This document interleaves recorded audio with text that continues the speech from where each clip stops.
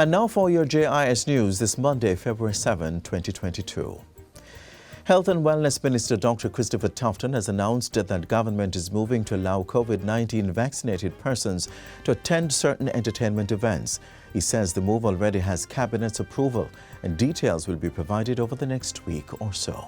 So listen out for that, because I know a lot of you want to go to Boys Tramps and Gibson Relays and the maybe annual convention somewhere, I don't know. I'm not going to second guess what the team will come up with. But we will provide, I believe, and rightly so, an opportunity to begin to expand as we gradually move back to the normality that all of us would like to enjoy. Dr. Tufton made the announcement during a recent function to officially open a new field hospital for COVID patients on the grounds of the Savannah Lamar Public Hospital in Westmoreland. Meanwhile, the Health Ministry is strongly urging Jamaicans to get vaccinated and continue observing the protocols of mask wearing, frequent hand washing and social distancing as the country registers increasing COVID-19 related deaths. In a statement released yesterday, Health and Wellness Minister Dr. Christopher Tufton highlighted that 150 of the 2,694 COVID-related deaths since the start of the pandemic occurred this year. There were 323 deaths in 2020 and 2,221 last year. 98.4% of those who have died were unvaccinated. According to the minister, this clear fact is an indication of the value of vaccination to saving lives. He says Jamaicans must learn from the experiences over the last 2 years, follow the science and take all steps necessary to protect themselves and their families. Still on health, the ministry's public-private partnership PPP for non-communicable diseases program has been expanded with an additional 9 private doctors coming on board. The portfolio minister says this will optimize the care of patients in the public health sector by allowing shorter waiting time and free access to private doctors as well as select services close to home.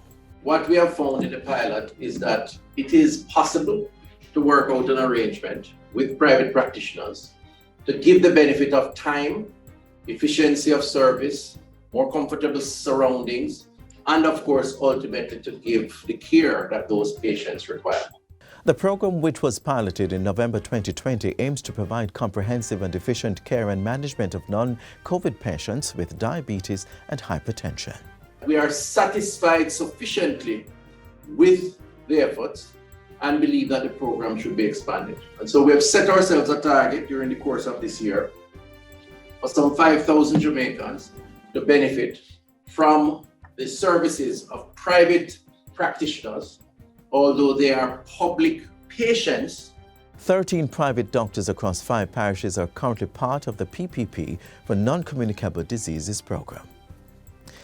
The top Aberdeen community of over 1,600 residents and its environs are now set to benefit significantly from the operation of a new water supply system.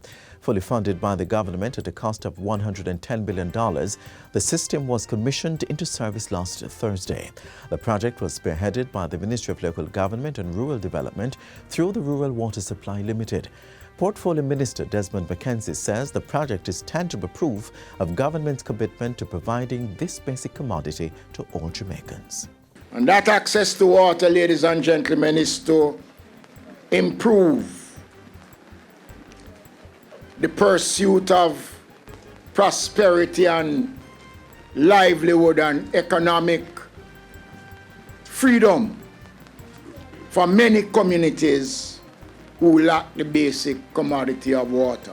The project includes a newly constructed solar hybrid water pumping station, the installation of pipelines and the construction of a water storage tank. Residents must apply to the National Water Commission to secure connection to their homes. Minister McKenzie implored them to pay for the service when they get connected. It is important, ladies and gentlemen, that I use this platform to say to you, the water is not free. It comes at a cost. Remember, it's your taxpayers' money that help to provide it.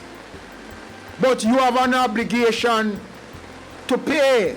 Member of Parliament for the area, Delroy Slowly, told the JIS News that to encourage residents to sign up for their supply in short order, the NWC will give the first 50 applicants a 50% discount on their connection fee.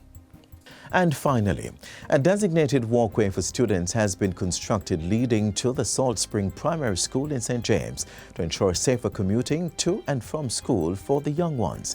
The $14 million Safe Passage project falls under Phase 2 of the Jamaica Social Investment Fund JIS's Integrated Community Development Project. It is being funded by the European Union.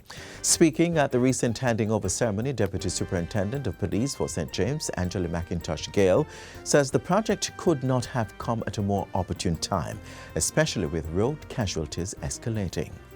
The welfare of our children is pivotal to the growth and development of all communities.